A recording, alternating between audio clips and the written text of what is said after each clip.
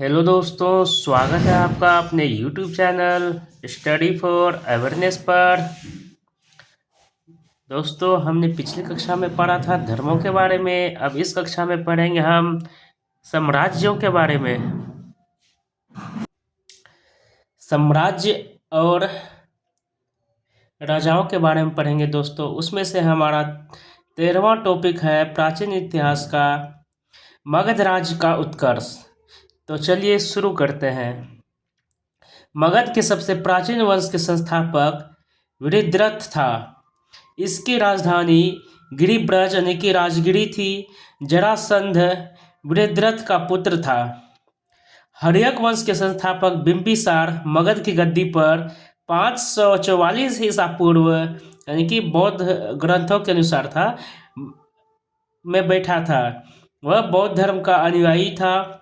यह प्रथम भारतीय राजा था जिसने प्रशासनिक व्यवस्था पर बल दिया। बिंबिसार ने ब्रह्मदत्त को हराकर अंग राज्य को मगध में मिला लिया। बिंबिसार ने राजगृह का निर्माण कर उसे अपनी राजधानी बनाया। मगध की राजधानी कहाँ बनाया? राजगृह बनाया। बिंबिसार ने मगध पर करीब 52 सालों तक शासन किया। कितने सालों तक? 52 सालों तक। महात्मा बुद्ध की सेवा में बिंबिसार ने राजवैद्य जीवक को भेजा। अवंती के राजा प्रद्योत जब पांडु रोग से ग्रसित थे उस समय भी बिंबिसार ने जीवक को उनकी सेवा शुश्रूषा के लिए भेजा था। बिंबिसार ने वैवाहिक संबंध स्थापित कर अपने साम्राज्य का विस्तार किया। इसने कौशल्य रेस प्रसेनजीत की बहन महाकोशला से, वैशाली के चेटक की पुत्री चलन्ना से तथा मद्र देश की राजकुमारी क्षमा से शादी की। बिंबिसार की हत्या उसके पुत्र अजातशत्रु ने कर दी और वह 493 ईसा पूर्व में मगध की गद्दी पर बैठा। अजातशत्रु कब बैठा? तो 493 ईसा पूर्व में। इसका उपनाम कुनिक था। वह प्रारंभ में जैन धर्म का अनुयायी था। अजातशत्रु ने 32 वर्षों तक मगध पर शासन किया। अजातशत्रु के सुयोग्य मंत्री का नाम वर्षकार था। इसी की सहायता से अजातशत्रु ने वैशाली पर विजय प्राप्त की थी। 461 ईसा पूर्व में अपने पिता की हत्या कर उदयन मगध की गद्दी पर बैठा। उदयन ने पाटलिग्राम की स्थापना की। वह जैन धर्म का अनुयायी था।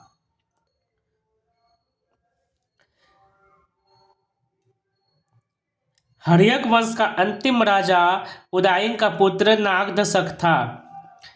नागदशक को उसके अमात्य शिशुनाग ने 412 ईसा पूर्व में अपदस्थ करके मगध पर शिशुनाग वंश की स्थापना की। शिशुनाग ने अपनी राजधानी पाटलिपुत्र से हटाकर वैशाली में स्थापित की।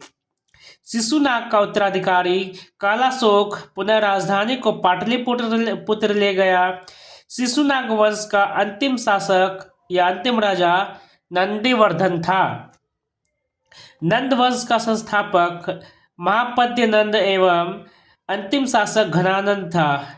यह सिकंदर का समकालीन था। इसे चंद्रगुप्त मौर्य ने युद्ध में पराजित किया और मगध पर एक नए वंश मौर्य वंश की स्थापना की। तो मौर्य वंश की स्थापना किसने की? चंद्रगुप्त मौर्य ने।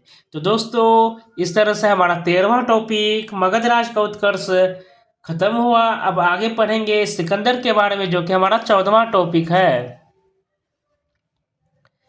फिर धीरे धीरे यह आगे ऐसे ही बढ़ते जाएंगे। चलिए शुरू करते हैं 14वां टॉपिक सिकंदर के बारे में। सिकंदर का जन्म 396 ईसा पूर्व में हुआ। उसका पिता फिलिप था। फिलिप 359 ईसा पूर्व में मकदूनिया का शासक बना। इसकी हत्या 329 ईसा पूर्व में कर दी गई। सिकंदर अरस्तु का शिष्य था। सिकंदर ने भारत विजय का अभियान 326 ईसा पूर्व में प्रारंभ किया। सिकंदर का सेनापति सेल्यूकस निकेटर था।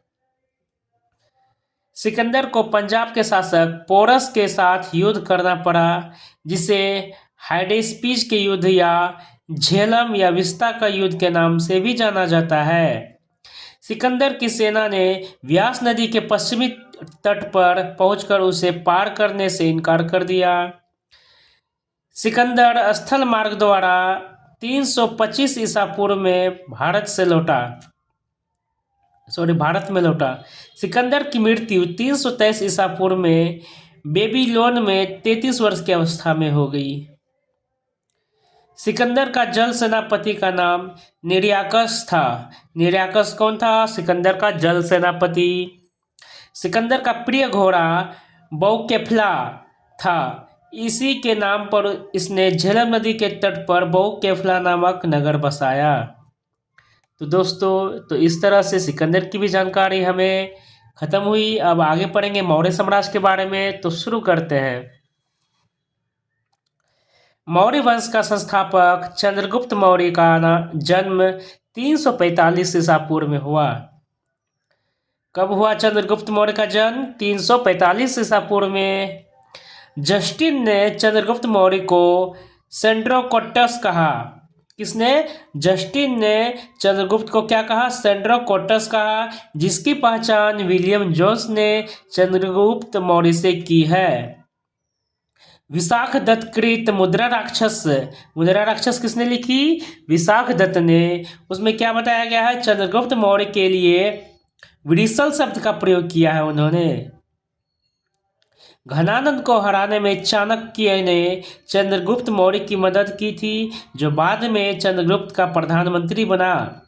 इसके द्वारा लिखित पुस्तक अर्थशास्त्र है, जिसका संबंध राजनीति से है। चंद्रगुप्त मगध की राजगद्दी पर 322 ईसा पूर्व में बैठा था। चंद्रगुप्त मगध की गद्दी पर कब बैठा था? 322 ईसा पूर्व में। चंद्रगुप्त जैन धर्म का अनुयायी था। चंद्रगुप्त ने अपना अंतिम समय कर्नाटक के श्रवणबेलगोला नामक स्थान पर बिताया। चंद्रगुप्त ने 305 ईसा पूर्व में सेल्यूकस निकेटर को हराया। सेल्यूकस निकेटर कौन था? सिकंदर का सेनापति था। सेल्यूकस निकेटर ने अपनी पुत्री कार्नेलिया की शादी चंद्रगुप्त मौर्य के साथ कर दी और युद्ध की संधि शर्तों के अनुसार 4 प्रांत काबुल, कंधार, हेरात एवं मकरान चंद्रगुप्त को दिए। चंद्रगुप्त मौर्य ने जैनी गुरु भद्रबाहु से जैन धर्म की दीक्षा ली। मेगास्थनीज सेल्यूकस निकेटर का राजदूत था। मेगास्थनीज किसका राजदूत था? सेल्यूकस निकेटर का। और सेल्यूकस निकेटर कौन था? तो सिकंदर का सेनापति था, जो चंद्रगुप्त के दरबार में रहता था। मेगास्थनीज द्वारा लिखी गई पुस्तक इंडिका है। मेगास्थनीज के अनुसार सम्राट का जनता के सामने आने के अवसरों पर शोभा यात्रा के रूप में जश्न मनाया जाता है। उन्हें एक सोने के पालकी में ले जाया जाता है। उनके अंगरक्षक सोने और चांदी से अलंकृत हाथियों पर सवार रहते हैं। कुछ अंगरक्षक पैरों को लेकर चलते हैं। इन पैरों पर प्रशिक्षित तोतों का झुंड रहता है, जो सम्राट के सिर के चारों तरफ चक्कर लगाता रहता है। राजा सामान्यतः हथियारबंद महिलाओं से घिरे होते हैं।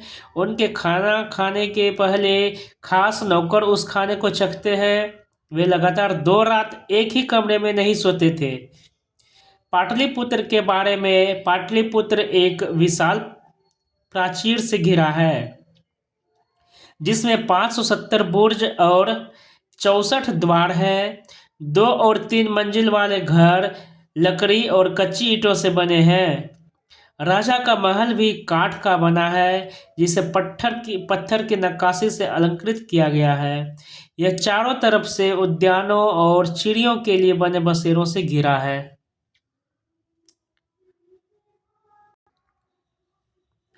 चंद्रगुप्त मौर्य और सेल्यूकस के बीच हुए युद्ध का वर्णन एपियानस ने किया।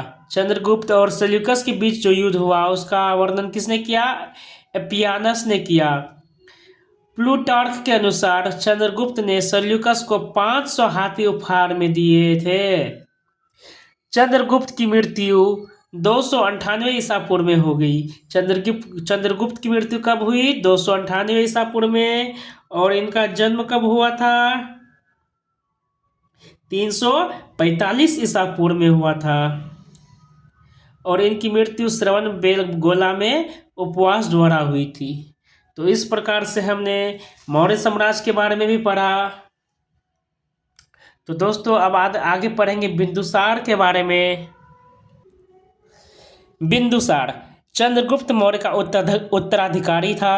बिंदुसार जो 298 ईसा पूर्व में मगध की राजगद्दी पर बैठा, इसे अमित्र घात के नाम से जाना जाता है। बिंदुसार को अन्य किस नाम से जाना जाता है? तो अमित्र घात के नाम से जाना जाता है। अमित्र घात का अर्थ है शत्रु विनाशक। बिंदुसार आजीवक संप्रदाय का अनुयायी था। नोट: आजीवक संप्रदाय की स्थापना मक्खली पुत्र गोसाल ने की थी। वायु पुराण में बिंदुसार को भद्रसार या वारिसार कहा गया है। किस पुराण में? वायु पुराण में बिंदुसार को क्या कहा गया है? भद्रसार या वारिसार कहा गया है। स्ट्रैबो के अनुसार सीरियन नरेश एंटियोकस ने बिंदुसार के दरबार में डाइमेकस नामक राजदूत भेजा। डाइमेकस नामक राजदूत किसके दरबार में आया था? तो बिंदुसार के दरबार में आया था। यह कौन था डाइमेकस? तो सीरियन नरेश एंटियोकस का राजदूत था। इसे ही मेगास्थनीज का उत्तराधिकारी माना जाता है। मेगास्थनीज का उत्तराधिकारी कौन था? तो डाइमेकस था। जैन ग्रंथों में बिंदुसार को सिंहसेन कहा गया है।